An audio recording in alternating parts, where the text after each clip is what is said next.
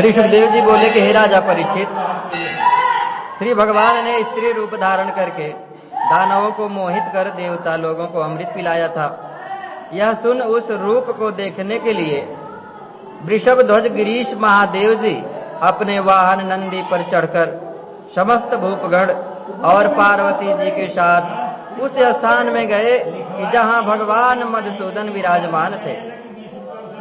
श्री पार्वती जी के साथ महेश्वर महादेव जी को आया हुआ देखकर श्री भगवान ने उनका यथोचित आदर सत्कार किया और यथा योग्य पूजा करके बैठने के लिए आसन दिया।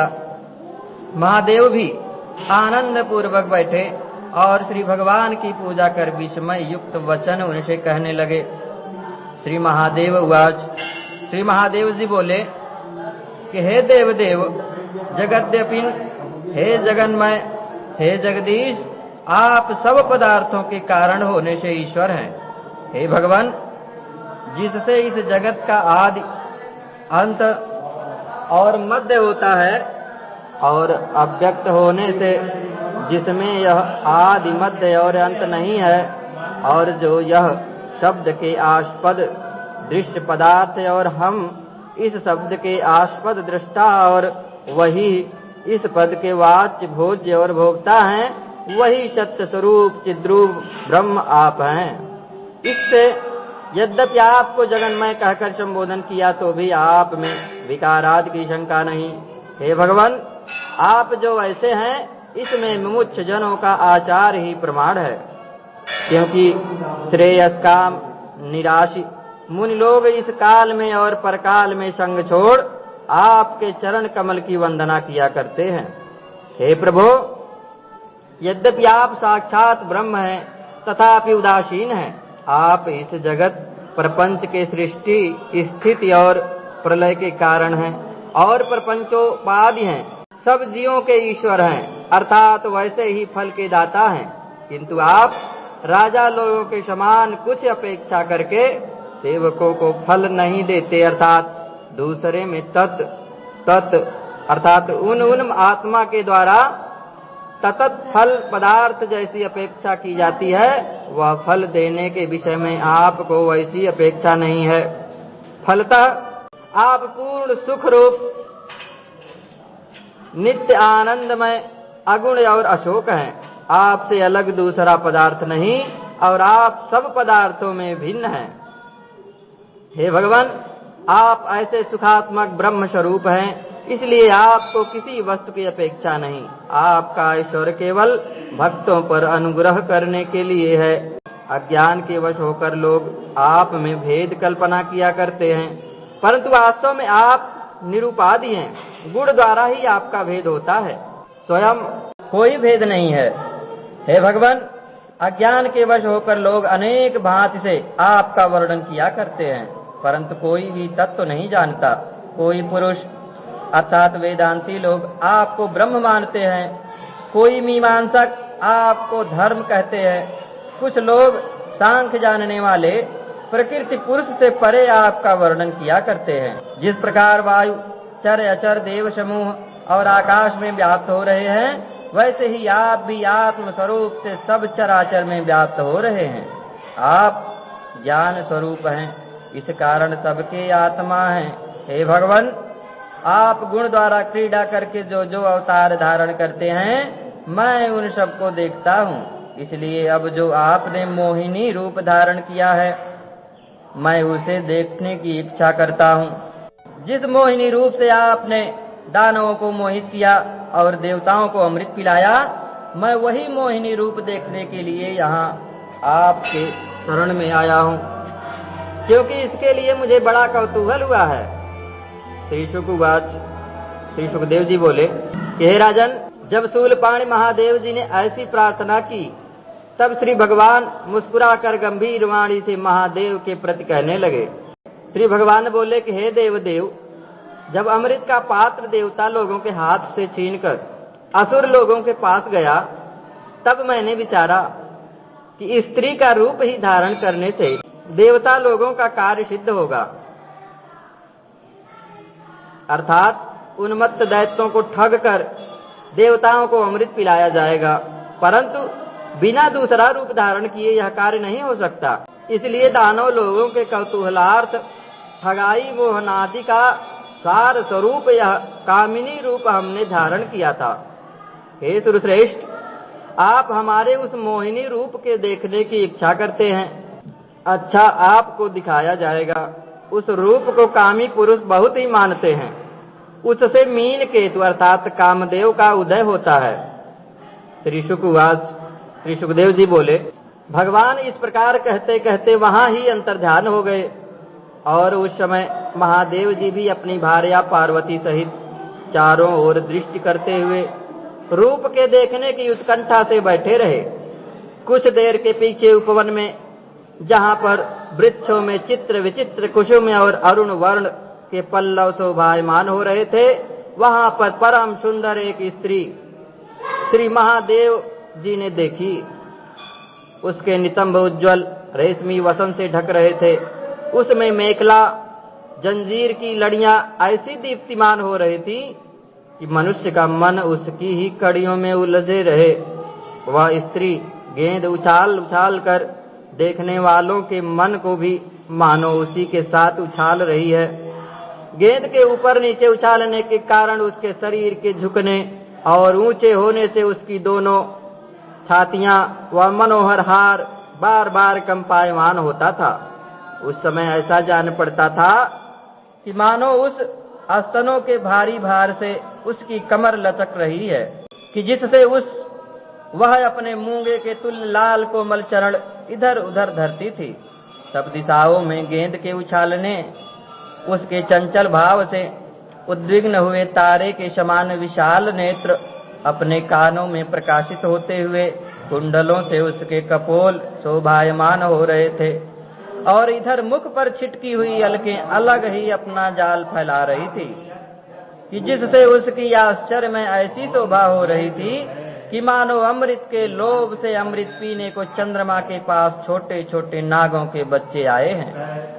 शरीर के खसके हुए दुपट्टे को और मस्तक से खुली हुई वेणी को अपने बाएं हाथ से जो इन दोनों बंधनों को संभाल दाहिने हाथ से गेंद उछाल रही थी, उस समय ऐसी शोभा हो रही थी कि मानो यह अपनी माया से जगत को मोहित कर लेगी। अहो, इसके रूप लावण्य का क्या ठिकाना। मानो जगत जीतने के लिए कामदेव ने यह पताका प्रस्तुत अर्थात तैयार की है। हे राजन, इस मोहिनी के रूप को निहारते ही महादेव जी अपने आप को भूल गए। गेंद को उछालते हुए जो वह कामिनी लाज प्रकट कर रही थी, उससे मंद मुस्कान सहित उसके छोड़े हुए कटाक्ष से महादेव जी एक ही बार में मोहित हो गए। इस कारण अपने सेवकों को और पार्वती जी को भी भूल गए। वह मोहिनी जिस गेंद को उछाल रही थी, वह गेंद एक बार उसके हाथ से उछलकर दूर गिर पड़ा। उस गेंद के लेने को जब वह बाला दौड़ी, तब वायु के वेग से कांची सहित उसका कटिवसन उड़ गया और देव महादेव जी खड़े होकर एक टक उसको देखने लगे। इस प्रकार से जैसे ही महादेव ने उस मनोरमा रामा को देखा कि वैसे ही वह भामिनी कुंचित कटाक्ष चलाकर उनको देखने लगी। तब महादेव जी का मन उस पर अनुरागी हो गया। मोहिनी के हाव भाव से देव महादेव जी का ज्ञान नष्ट हो गया और उस कामिनी के किए हुए काम विलास से ऐसे विह्वल हुए कि पार्वती सामने खड़ी होकर देखती रही तो भी वे निर्लज्ज होकर उस सुंदरी के समीप चले गए। यह मोहिनी कामिनी वस्त्र रहित थी। महादेव जी को निकट आते हुए देखकर लज्जित हो गई और हंस हंस वृक्षों की आड़ में जाने लगी, वहां खड़ी ना हुई। भगवान महादेव जी की इंद्रियां प्रबल हो गईं। वे शंकर जी पंचवाण के वश हो उस स्त्री के पीछे पीछे इस तरह दौड़ने लगे कि जैसे यूथपति हाथी हथनियों के पीछे पीछे दौड़ता है। महादेव जी काम के नाश करने वाले हैं, फिर भगवान का स्त्री रूप देखकर काम के वशीभूत भूतनाथ क्यों हो गए? यह बड़े आश्चर्य की बात है। तो इसका उत्तर है कि अनेक युग नमः शिवाय नमः शिवाय इस मंत्र को जप कर माया तप करने लगी। तब एक दिन शिव जी बोले कि हे माए, जिस वर की तुझको इच्छा है वह वर मांग। माया बोली, हे शंभो, 3 लोक में जो देहधारी प्राणी ब्रह्मा विष्णु देवता मनुष्य असुरादिक हैं, सो सब मेरे वश हो, एक आपको छोड़कर, परंतु आधी घड़ी के लिए आप भी मेरे वश में हो। तब शिव जी ने माया से कहा कि हम आधी घड़ी तक ही तेरे वश में होंगे। सो इसलिए महादेव जी काम के वश हुए, कुछ कामी होकर काम के वश नहीं हुए थे। तो जब वह साधारण चाल से महादेव जी के हाथ न आई, तब वह अति वेग से दौड़े और उस स्त्री को अपने संग की इच्छा न करते देख केस पकड़ दोनों भुजाओं से उसको अपने हृदय से लगा लिया।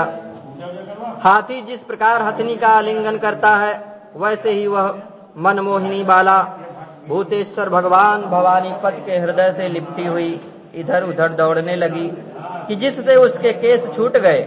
हे राजन, इसके पीछे देव माया की बनाई हुई बड़े बड़े नितंब वाली वह स्त्री अति कष्ट करके महादेव जी की भुजाओं से अपने को छुड़ाकर भागी।